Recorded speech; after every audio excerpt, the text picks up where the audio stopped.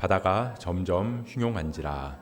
무리가 그에게 이르되 우리가 너를 어떻게 하여야 바다가 우리를 위하여 잔잔하겠느냐 하니 그가 대답하되 나를 들어 바다에 던지라. 그리하면 바다가 너희를 위하여 잔잔하리라. 너희가 이 큰 폭풍을 만난 것이 나 때문인 줄을 내가 아노라 하니라. 그러나 그 사람들이 힘써 노를 저어 배를 육지로 돌리고자 하다가 바다가 그들을 향하여 점점 더 흉용함으로 능히 못한지라. 무리가 여호와께 부르짖어 이르되 여호와여 구하고 구하오니 이 사람의 생명 때문에 우리를 멸망시키지 마옵소서. 무죄한 피를 우리에게 돌리지 마옵소서. 주 여호와께서는 주의 뜻대로 행하심이니이다 하고 요나를 들어 바다에 던짐에 바다가 뛰노는 것이 곧 그친지라. 그 사람들이 여호와를 크게 두려워하여 여호와께 제물을 드리고 서원을 하였더라. 아멘. 우리는 계속해서 요나서를 보고 있습니다. 우리 그래도 요나서가 어떤 내용인지 지금까지 있었던 일들을 잠깐 간략하게 짚고 넘어가도록 하겠습니다. 이 구약 시대라고 그러죠.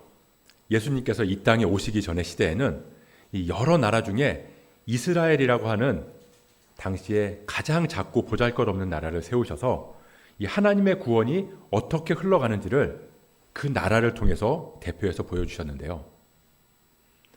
이 하나님께서는 그때그때 필요한 말씀을 이 선지자라고 하는 사람을 세우셔서 전하게 하셨습니다. 근데 이 이스라엘이라는 나라는 왕이 없는 나라였거든요. 왕이 아니라 하나님께서 왕이 되셔서 통치하는 나라인데 이 사람들이 다른 나라들처럼 왕을 요구하니까 이 하나님이 허락하신 거예요. 그래서 이 이스라엘에 왕을 주셨는데 이 처음에는 사울이라는 왕, 그 다음에는 다윗 왕, 또 그 다음에는 다윗의 아들 솔로몬이 이스라엘을 다스렸습니다. 근데 이 솔로몬이 하나님 앞에 죄를 지은 거예요. 그래서 이스라엘이 남과 북으로 갈라지게 되는데요. 둘 다 이스라엘인데 이 명칭은 남쪽은 유다, 북쪽은 이스라엘이라고 불렀습니다. 그러니까 남유다, 북이스라엘. 그리고 남쪽은 솔로몬의 아들들이 다스렸거든요. 나중에 이 남유다가 멸망할 때까지 이 다윗의 가문이 왕위에서 끊어지지 않았는데요. 그래도 이 왕들이 나름대로 이 하나님을 섬기고 하나님의 뜻대로 나라를 이끌려고 노력을 했어요. 근데 이 북이스라엘은 딱 두 종류의 왕밖에 없었습니다. 악한 왕, 악한 왕, 더 악한 왕. 이 대부분의 왕조도 이 쿠데타로 많이 바뀌고 이 말로는 하나님을 섬기는 나라다라고 얘기하지만 전혀 하나님의 뜻대로 나라를 다스리지 않았던 거죠. 그런 이 북이스라엘에 여로보암 2세라고 하는 왕이 통치하던 시대에 이 하나님께서 세우신 선지자들이 여럿 있었는데 그 중에 하나가 오늘 우리가 읽은 요나서의 주인공 요나입니다. 이 하나님께서 이 요나를 부르셔서 니느웨라고 하는 도시에 가서 하나님의 말씀을 선포하라고 명령하셨어요. 근데 요나가 이 하나님의 명령을 따르지 않은 겁니다. 왜냐하면 싫었거든요. 이 니느웨가 어떤 나라냐 하면 이 아시리아, 성경에는 아수르라고 부르는데요. 이 아시리아라는 도시의 나라의 그 도시 중에 하나였습니다. 근데 이 나라가 이스라엘을 엄청나게 힘들게 괴롭혔거든요. 게다가 잔혹하기로 소문이 난 나라였어요. 차마 입에 담을 수 없을 정도로 끔찍한 만행들을 잔인하게 한 나라였거든요. 그러다 보니까 이 아무리 하나님의 명령이라고 해도 거기까지 가서 하나님의 말씀을 전하기가 싫었던 거죠. 민족의 원수 같은 나라에 가서 말씀을 전하면 그 말씀을 듣고 행여라도 그 도시에 사는 사람들이 회개하면 어떡해요? 그럼 하나님이 용서해 주실 거고. 이 요나는 그 꼴을 못 보겠다는 겁니다. 그래서 니느웨라는 도시의 정반대로 도망을 하는 거예요. 다시스라고 하는 도시. 지금의 이 스페인 남부에 위치한 도시인데 이 당시에는 거기가 세상의 끝이라고 생각했거든요. 그러니까 한마디로 세상 끝까지 도망가려고 했던 겁니다. 이제 배를 타고 막 도망가는데 이 하나님께서 이 요나가 하나님을 원망하면서 도망가는 걸 그냥 놔두실 수가 없었던 거예요. 그래서 큰 바람과 폭풍을 보내셔서 도저히 다시스로 갈 수 없게 하신 겁니다. 여차저차해서 이제 선원들이 살아보려고 발버둥을 치는데 안 되는 거죠. 결국 이제 요나를 바다에 빠뜨리지 않고서는 해결이 안 된다는 걸 알고 요나를 빠뜨렸더니 바다가 잠잠해졌어요. 그때 이제 하나님은 요나가 빠지자마자 큰 물고기를 준비하셔서 요나를 삼켜서 니느웨 앞에 데려다 놓으셨고요. 그래서 요나가 이제 자기 잘못을 조금 회개하고 이제 어쩔 수 없이 니느웨에 가서 말씀을 아주 소심하게 전한 거예요. 근데 이제 걱정했던 대로 니느웨 사람들이 다 회개하는 거죠. 그걸 보고 이제 요나가 화가 나서 하나님한테 따지거든요. 내가 이럴 줄 알았다고. 그래서 내가 안 오려고 한 거라고. 하나님은 그런 요나한테 내가 이 세상을 얼마나 사랑하는지 그 마음을 깨닫기를 바라시면서 말씀하시고 그리고 이야기가 끝나요. 이게 요나의 줄거리입니다. 이 성경 66권의 책 중에서 이 4장밖에 안 되는 비교적 짧은 내용이고 이 이야기가 스토리로 기록되어 있어서 한번 읽어보시면 이해하시는 데 훨씬 도움이 될 거예요.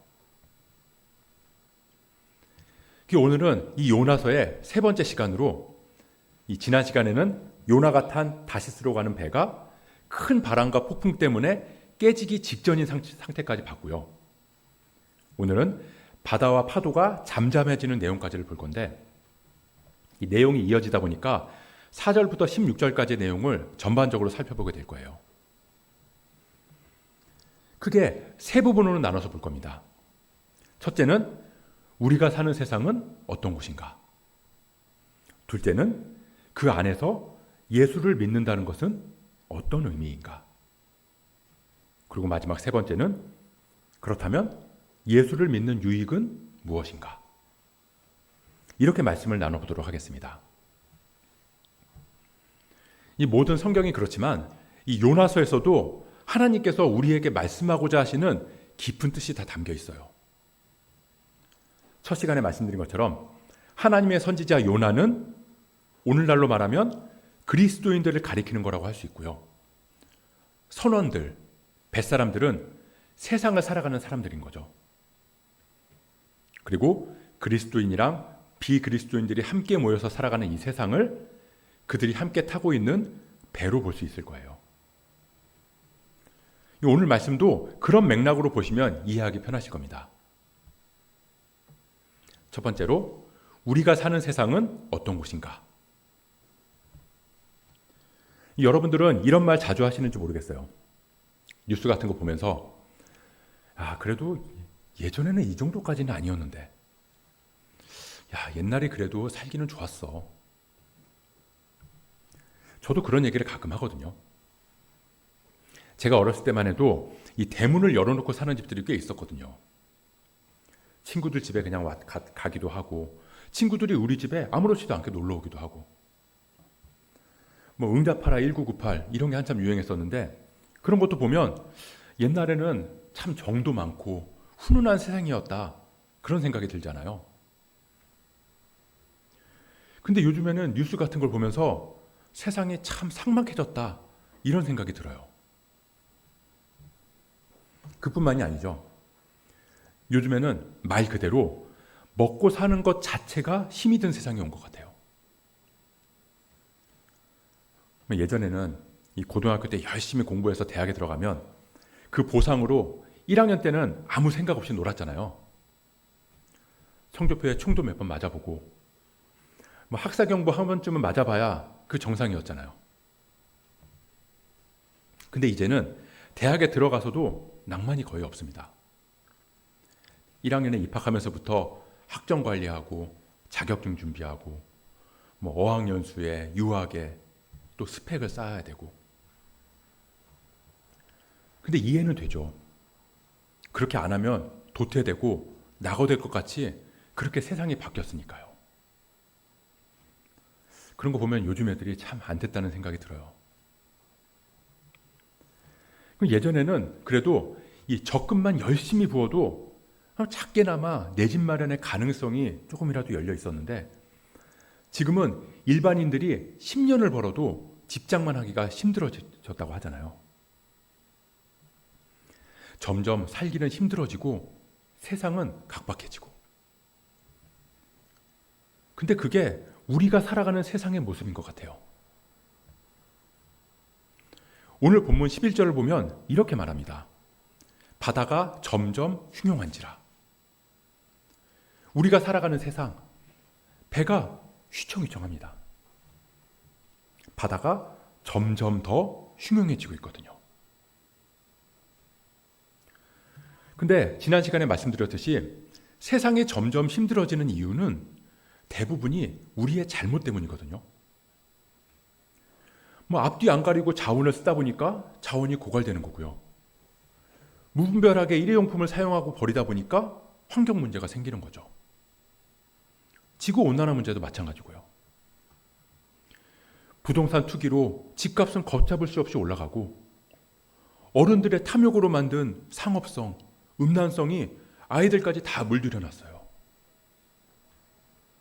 다 사람들의 죄와 욕심으로 인해서 생긴 결과물이라고 할 수 있습니다. 그 결과물이 파도처럼 우리가 사는 세상을 휘청거리게 하는 거죠. 그래서 이 뱃사람들이 자기들이 문제를 해결해 보려고 하는데요. 배에 있는 무거운 짐들을 다 버리고요. 각자 자기가 믿고 있는 신을 찾아서 막 빕니다. 주머니에서 막 우상을 조각한 신상들을 꺼내서 그걸 붙잡고 구해달라고 외치는 거죠. 근데 아무리 해도 이 파도가 멈출 생각을 안 하는 거예요. 그래서 이 선원들이 제비뽑기를 하는데요. 우리는 이 제비뽑기라고 그러면 그냥 재미삼아 뽑는 놀이 정도로 생각하는데, 이 당시 고대 근동에서는 이 제비뽑기가 신의 뜻을 분별하는 방법이라고 믿었거든요. 그래서 도대체 이 파도의 원인이 어디에 있냐 하면서 제비를 뽑았는데 요나가 걸린 거예요. 그래서 선원들이 묻는 겁니다. 너 도대체 누구냐? 왜 이 폭풍이 몰아치는지 네가 한번 말해봐라. 그랬더니 요나가 내가 하나님의 명령을 거부해서 하나님께서 내 죄로 인해서 이 재앙을 내리신 거다. 선원들이 깜짝 놀랍니다. 두 가지 이유로 놀라는데요. 하나는 아니 네가 뭔데 감히 신의 명령을 거부하냐. 여기에 한번 놀라고요. 또 하나는 도대체 네가 믿는 신이 누군데 이런 파도를 몰아치게 할 수 있냐. 그렇게 놀란 거예요. 근데 어쨌든 이 요나라는 사람이 이미 신의 명령을 거부했다는데 방법이 없잖아요. 그래서 다시 물어요. 그럼 우리가 어떻게 해야 이 폭풍에서 벗어날 수 있냐? 그랬더니 요나가 엄청난 얘기를 하는 거죠. 내가 죽어야 너희가 산다. 나를 바다에 던져라. 이 선원들 입장에서는 말이 안 되는 거예요. 그래도 우리가 바다에서 먹고 산 게 몇 년인데 어떻게든 우리가 한번 해보겠다는 마음이 들었겠죠. 그래서 13절을 보면 그 사람들이 힘써 노를 저어 배를 육지로 돌리고자 했다. 수년간의 이 배 모는 기술을 총동원해서 힘을 내서 할 수 있는 방법을 다 해본 거예요. 그래서 어떻게 됐을까요? 우리 13절 같이 한번 읽어볼까요? 13절 말씀입니다. 시작. 그러나 그 사람들이 힘써 노를 저어 배를 육지로 돌리고자 하다가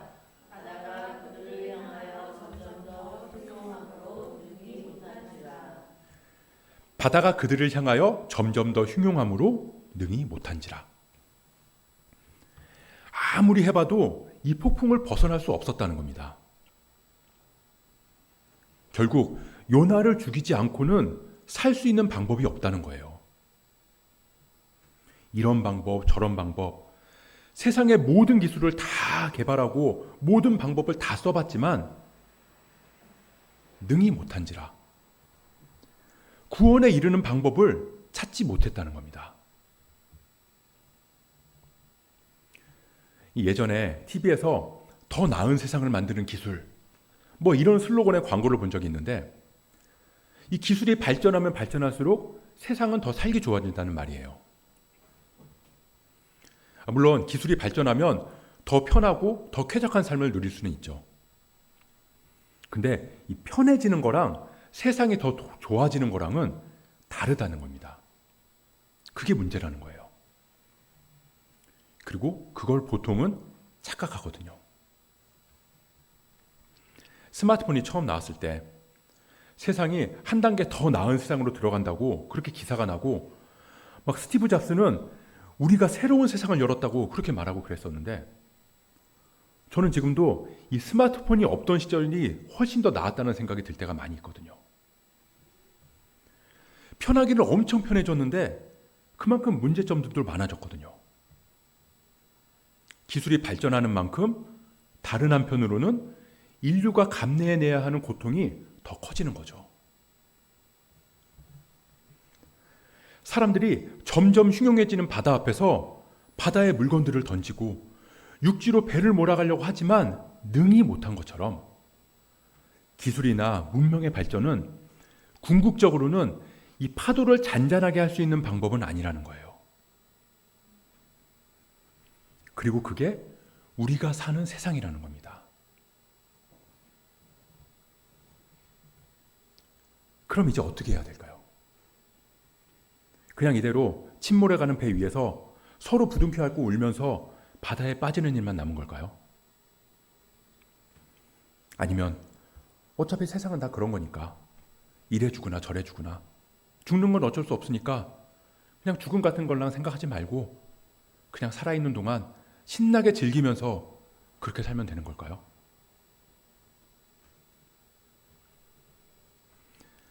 근데 그런 부서져가는 배 위에, 그 위에서 슬퍼하는 사람들한테 희망의 소식이 들려옵니다. 살 수 있는 유일한 방법이 있다. 요나가 말해요. 나를 바다에 던져라. 나를 통하지 않고서는 살 수 있는 방법이 없다.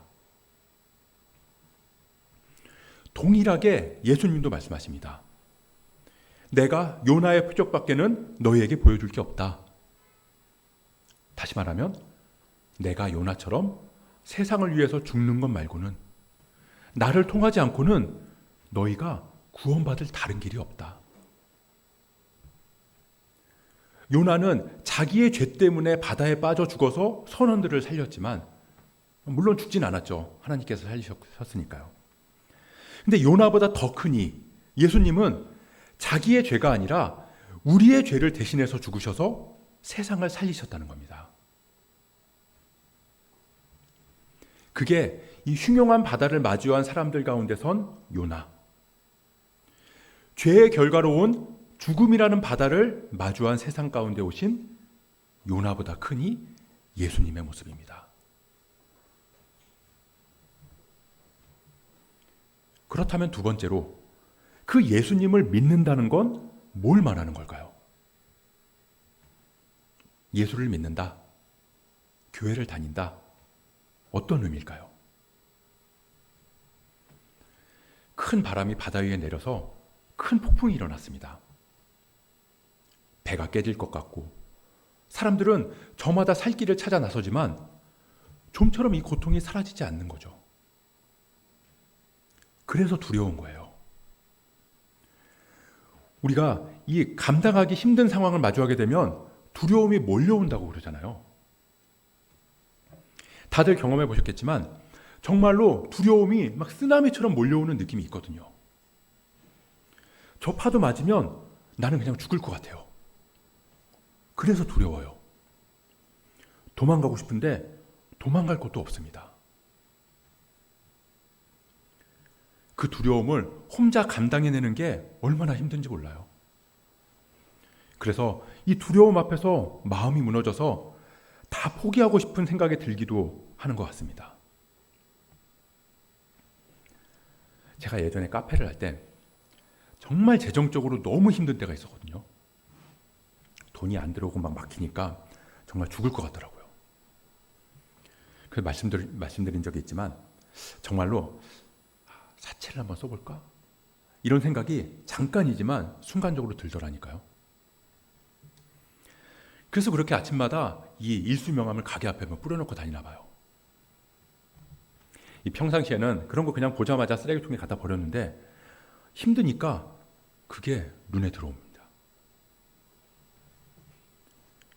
그렇게 힘들 때는 이거 해결 못하면 정말 끝장날 것 같거든요. 도망가고 싶은데 도망갈 곳도 없고 진짜 이 지체만한 파도가 눈앞에서 몰아치는 것 같은데 이걸 또 누구한테 얘기도 못하겠고 이 배에 타고 있는 사람들의 마음이 그러지 않았을까요? 5절에 보면 사공들이 두려워하여 선원들이 두려워한대요. 10절에도 그들이 두려워했다고 기록하고 있습니다. 지금 사람들은 큰 폭풍이 몰려와서 두려워하고 있어요. 그리고 그 폭풍을 자기들 힘으로는 어떻게 할 수 없다는 걸 알고 계속 두려워합니다. 그러다가 결국 요나를 바다에 던지는 거 말고는 방법이 없다는 걸 깨닫고 요나를 바다에 던졌습니다. 그랬더니 바다가 잠잠해졌어요. 15절입니다. 요나를 들어 바다에 던짐에 바다가 뛰노는 것이 그친지라. 그럼 이제 선원들은 어떻게 해야 되죠?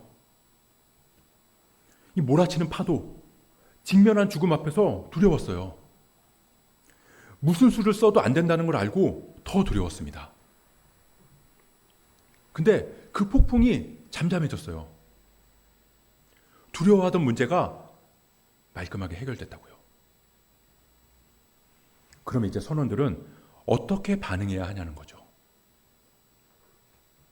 두려웠는데 그 문제가 해결됐다. 그래서 선원들은 기뻐했다. 내지는 안도의 한숨을 내셨다. 이게 정상 아닐까요? 근데 선원들의 모습이 어떤가요? 우리 16절 말씀 같이 한번 보겠습니다. 같이 읽어보겠습니다. 시작. 그 사람들이 여호와를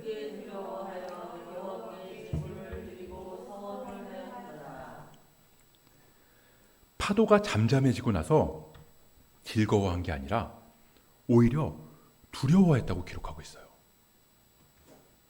근데 그것도 그냥 두려움이 아니라 크게 두려워했다. 이상하잖아요. 저는 그렇게 재정이 막혀서 돈이 힘들 때 그때 죽을 것 같이 두려웠거든요. 근데 그 문제가 해결되고 나니까 막 세상 살 것 같았어요. 이제 됐다는 안도의 한숨이 나왔다고요. 근데 선원들은 파도가 잠잠해지니까 이전보다 더 크게 두려워했다는 겁니다. 이 구절을 보면 선원들이 요나한테 도대체 너 누구냐라고 물을 때 요나가 하는 대답이 나오는데요. 그가 대답하되 나는 히브리 사람이요 바다와 육지를 지으신 하늘의 하나님 여호와를 경외하는 자로다. 하늘의 하나님 여호와를 경외한다. 여기서 경외한다는 말이 선원들이 두려워했다는 말이랑 히브리어 원어로는 같은 단어라는 겁니다. 두려움과 경외함. 우리는 그 두 가지의 미묘한 차이를 표현할 수 있기 때문에 히브리어를 한글로 번역할 때 이 하나님에 대한 두려움을 대부분 경외라는 단어로 바꿔서 번역을 했거든요. 번역을 잘한 거죠. 근데 여기 선원들이 바다가 잠잠해진 후에 더 크게 두려워했다는 말도 마찬가지입니다. 이전에 파도가 쳐서 죽을 것 같은 두려움이 있었는데 그 이전의 두려움이랑은 비교도 안 될 만큼 크고 강력한 두려움이 몰려왔다는 거예요. 여호와를 크게 두려워하여. 이전에는 파도에 대한 두려움, 죽음의 공포에 대한 그 두려움이었던데 이제는 그깟 파도랑은 비교도 안 될 만큼 어마어마한 두려움의 존재가 느껴졌다는 거죠. 죽을까 봐 두려웠는데 그 죽음을 능가하는 존재가 있다는 걸 느끼고 말할 수 없는 두려움을 느꼈다는 겁니다. 성경은 그걸 가리켜서 경외라고 말해요. 이 비슷한 내용이 어디 있냐면요. 마가복음 4장에 있어요. 이 예수님이 제자들이랑 배를 타고 바다를 건너실 때 큰 광풍이 있는데요. 마가복음 4장 35절부터 41절 말씀. 제가 읽어드리겠습니다. 그날 저물 때 제자들에게 이르시되 우리가 저편으로 건너가자 하시니 그들이 무리를 떠나 예수를 배에 계신 그대로 모시고 가매 다른 배들도 함께 가더니 큰 광풍이 일어나며 물결이 배에 부딪혀 들어와 배에 가득하게 되었더라. 예수께서는 고물에서 베개를 베고 주무시더니 제자들이 깨우며 이르되 선생님이여 우리가 죽게 된 것을 돌보지 아니하시나이까 하니 예수께서 깨어 바람을 꾸짖으시며 바다더러 이르시되 잠잠하라 고요하라 하시니 바람이 그치고 아주 잔잔하여지더라. 이에 제자들에게 이르시되 어찌하여 이렇게 무서워하느냐 너희가 어찌 믿음이 없느냐 하시니 그들이 심히 두려워하여 서로 말하되 그가 누구이기에 바람과 바다도 순종하는가 하였더라. 2001년인가요? 꽤 오래전 일인데 이 일본으로 유학 간 한국인 이수연 씨. 일본 도쿄에 있는 신오쿠부 지하철역에서 이 선로에 떨어진 일본인들을 구하고 안타깝게 자기의 목숨을 잃은 일이 있었습니다. 근데 제가 그때 읽은 기사 중에 이 일본인들 사이에서도 이 사건이 엄청난 충격을 줬다는 내용의 기사를 읽은 기억이 있어요. 일본인들은 그런 일을 상상도 못한다는 거예요. 자기 생명을 내놓으면서까지 어떻게 다른 사람의 생명을 구할 수가 있냐? 그것도 외국인이.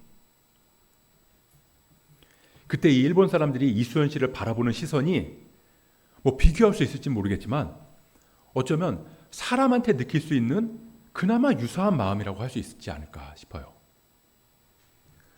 누구도 두려워서 참아 할 수 없는 일을 그 두려움을 이기고 해준 사람. 나는 절대 할 수 없는 일을 생명을 걸고 해준 사람. 거대한 폭풍을 잠잠하게 하신 예수님. 죽음 앞에서 죽음으로 그 죽음을 이겨내신 분을 만나는 순간 우리는 엄청난 두려움, 경외함을 느낄 수밖에 없다는 겁니다. 예수를 믿는다는 건 그분을 만난다는 거예요. 단순히 두려움을 이긴 분을 아는 걸로 그치는 게 아니라 그래서 내 삶에 이 종교 생활 하나 추가하는 게 아니라 그분으로 인해서 내 삶이 완전히 변화된다는 말입니다. 누군가를 만나면 반드시 영향을 받고 변하게 되어 있거든요. 그래서 이 예수를 믿는 거랑 삶이랑은 동떨어진 게 아니에요. 성경은 보면 예수님의 가르침 자체가 대부분 삶의 문제들이랑 연결되어 있거든요. 그래서 예수를 믿는다는 건 우리 삶의 여러 문제들, 폭풍처럼 몰아쳐오는 문제들, 내 힘으로는 해결할 수 없는 문제들, 그 중에서도 가장 강력한 두려움인 죽음 앞에서 그 문제를 넘어 구원에 이르는 단 하나의 길로 오신 예수님. 문제보다 더 큰 존재를 내 삶으로 인정하는 거라고 할 수 있습니다. 그분의 다스림을 받아들이는 거예요. 그 존재에 대한 경외함을 갖게 되는 겁니다. 우리 삶에 많은 고통과 고난, 불확실한 미래, 죽음이라고 하는 해결할 수 없는 두려움 앞에서 우리는 떨 수밖에 없지만 그 두려움보다 더 크신 분이 계시다는 두려움, 그 두려움, 그 경외함으로 그분을 인정하고 받아들이는 것, 그게 우리가 예수를 믿는다는 의미인 거죠. 그리고 그 예수를 인정하고 받아들이고 의지하는 삶이 무엇인지를, 그걸 알아가고자 하는 사람들, 그 삶을 살아가고자 하는 사람들이 모인 모임이 교회인 거예요. 그럼 마지막으로 예수를 믿는 것의 유익은 무엇인가? 예수를 믿으면 뭐가 좋은가? 두려움보다 더 큰 존재가 있다는 걸 알았어요. 그리고 마음으로도 받아들이고 인정했어요. 근데 그 존재가 나랑 상관없는 분이라면요.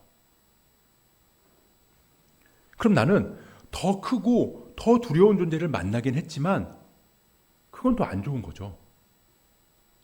내 안에 두려움만 더 커진 거니까요. 폭풍에 대한 두려움이 폭풍을 이기는 존재에 대한 두려움으로 바뀐 것일 뿐이지. 그래서 두려움의 강도만 더 커졌을 뿐이지 나한테는 아무 유익이 없는 거잖아요. 근데 놀라운 건 그 두려운 존재, 쓰나미같이 두려움, 그 두려움보다 더 큰 존재, 죽음을 이기신 분이 그냥 어딘가에 있는 그저 하늘 저 멀리에 존재하는 게 아니라 내 옆에, 내 안에 오셔서 나에게 말씀하시고 내 이야기를 들어주시는 나의 가장 가까운 존재가 되어주셨다는 겁니다. 성경은 그 관계를 우리가 이해할 수 있는 다양한 관계로 표현하고 있어요. 하나님을 왕으로, 우리를 백성으로, 하나님을 아버지로, 우리를 자녀로, 하나님을 신랑으로, 우리를 신부로. 그저 멀리서만 볼 수 있는 내 삶에 무관한 존재가 아니라 아주 밀접하고 친밀한 관계가 되어주셨다는 거예요.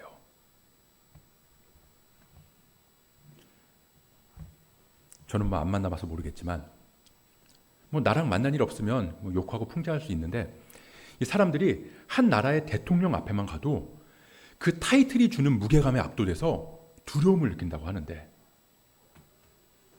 그분이 내 아빠야. 그럼 말 다 한 거죠. 우리가 교회를 다니고 예수를 믿는다고 하면 그럼 여러 유익 중 가운데 하나가 이 마음이 편해지고 위로를 얻는 거라고 말하기도 해요. 종교를 가지면 마음의 안정과 평안을 누릴 수 있다.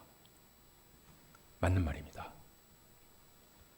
기독교뿐만 아니라 어느 종교든 이 종교 생활을 하면 마음의 안정을 누릴 수 있어요. 하다못해 무속신앙, 정한수 떠놓고 빌거나 장생 앞에서 빌어도 안정감을 느낄 수 있을 거예요. 근데 그게 내 간절한 소원이나 이 마음의 어려움을 해결하기 위해서 내가 할 수 있는 걸 찾아서 정성을 다했다, 그런 스스로의 위로라고 한다면, 예수를 믿어서 얻는 위로는 그런 거하고는 조금은 다르다고 할 수 있습니다. 그건 함께하는 존재가 생긴 데서 오는 위로라고 할 수 있어요. 제가 말이 없는 편이긴 하지만 그래도 너무 힘들고 괴로운 일이 있으면 그때는 제 아내한테 이야기를 하거든요. 그럼 아내는 들어줘요. 들어주고 호응해주고 공감해주고, 그러면 제 아내 위로가 되고 마음이 편해지더라고요. 물론 그렇다고 그 문제들이 해결되는 건 아니에요. 어려움이 사라지진 않지만 대신에 이겨나갈 힘이 생기는 겁니다. 파도가 몰아쳐도 맞설 수 있는 맷집이 생긴다고 할까요? 왜냐하면 혼자가 아니라는 걸 아니까요. 마찬가지예요. 예수를 믿는다고 해서 세상의 모든 문제들을 예수님이 다 해결해 주시고 나는 아무 문제 없고 모든 일이 다 순조롭게 잘 풀리고 성공하고 건강하게 되지 않을 수 있다고요. 그렇지만 확실한 건 이제 그 어려움들, 그 몰려오는 집체 같은 그 파도를 나 혼자 맞닥뜨리지 않아도 된다는 겁니다. 크고 두려운 존재로 모든 문제보다 뛰어나신 분, 그분이 나의 아버지 되셔서, 나의 신랑 되셔서, 나의 친구 되셔서 나와 함께 하신다는 그 사실, 그게 위로가 되고 평안을 얻는 이유인 거죠. 두려움보다 더 두려운 분, 문제보다 더 크신 분이 나를 품에 꼭 안아주고 계시거든요. 저희 애들이 어렸을 때 막 아장아장 걷다가 앞에 물 웅덩이가 있잖아요. 그럼 머뭇거려요. 그걸 막 뛰어넘지 못해가지고 막 울상을 짓고 있는데, 그때 제가 옆에서 이렇게 말하는 거예요. 무서워? 자, 아빠랑 같이 해보자. 그렇게 말하면 제 손을 잡아요. 그럼 저도 그 아이 손을 꼭 잡고, 자, 하나, 둘, 셋 하면서 휙 들어줍니다. 그렇게 물 웅덩이로 넘고 나면 제가 뭐라고 그러냐면요. 아이고, 우리 딸 점프도 잘하네. 그럼 그거 지가 혼자 한 줄 알고 막 좋아해요. 예수를 믿는 유익 여러 가지가 있죠. 근데 그 중에서 중요한 건 점점 흉흉해지는 이 바다 같은 세상 속에서 우리가 어찌할 수 없는 큰 파도가 몰아칠 때, 그때 우리와 함께 그 파도를 헤쳐나가시는 분이 계시다는 거예요. 이미 이겨놓은 그 싸움을 우리 손잡고 싸워주신다고요. 우리의 가장 큰 문제, 죄의 문제, 죽음의 문제까지도요. 그걸 교회 용어로 말하면 예수 믿고 구원받았다는 거고, 그 예수님께서 우리와 늘 함께 하신다, 늘 동행하신다, 그걸 예수 믿고 은혜 받았다고 하는 겁니다.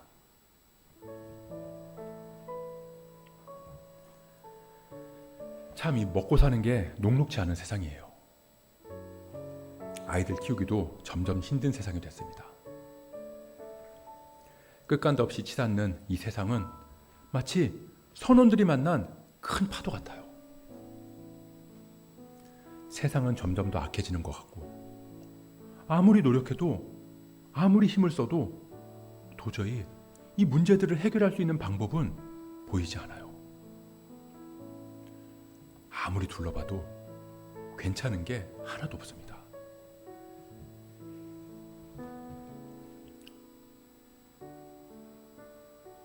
무슨 소리 들리지 않으세요? 그때 여러분 마음속에 예수님께서 외치는 소리,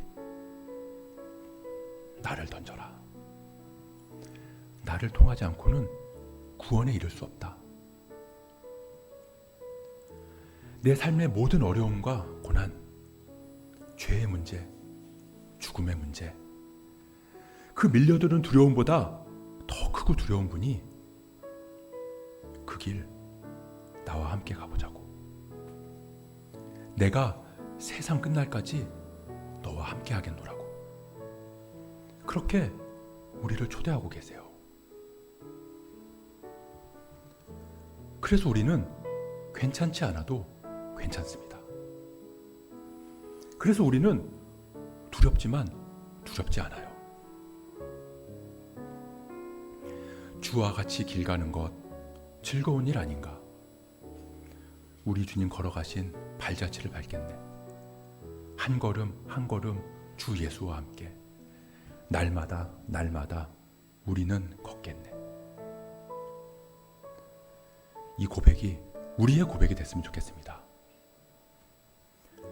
그렇게 우리가 주님을 경외함으로 날마다 주님과 동행하는 삶 살아가기를 주님의 이름으로 간절히 축복합니다.